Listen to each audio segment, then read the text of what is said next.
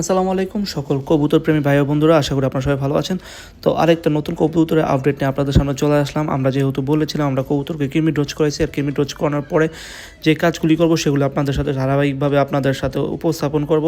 তো আজকে আমরা কৃমি ডোজ করানোর পরে, গতকালকে আমরা কৃমি ডোজ করাইছি, গতকালকে কৃমি ডোজ করানোর পরেই আজকে আমরা কবুতরকে লিভার টনিক দিব। কারণ লিভার টনিক দেওয়াটা খুব বেশি ইম্পর্ট্যান্ট। এই কৃমি করার পরে কবুতরকে লিভার টনিক দিতেই হবে, কারণ কৃমির ওষুধ খাওয়ানোর পরে কবুতরের লিভারটা একটু দুর্বল হয়ে যায়, যার কারণে কবুতরকে তখন কৃমির ডোজ করানোর পরে লিভার টনিকটা দিলে অনেকটাই উপকার হয়, আর এতে কি কবুতরের লিভারেরটাও ভালো থাকে আলহামদুলিল্লাহ।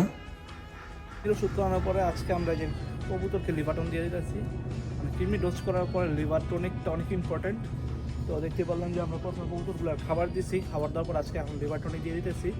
তো আপনারা যারা কৃমি ডোজ করবেন, কৃমি ডোজ করার পরে মাস্ট বি লিভার টনিক খাওয়াবেন, 100% শিওর খাওয়াবেন।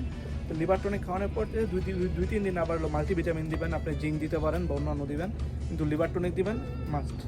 তো এখন আমরা যে এটা গোয়া ফেলছি অলরেডি, তো এটা আমরা 2 দিন লিভার টনিকটা 2 দিন বা 3 দিন খাওয়াইলেই হয়। তো আমি 2 দিন খাওয়াবো, আজকে করতে দিয়েছি, কাল করতে।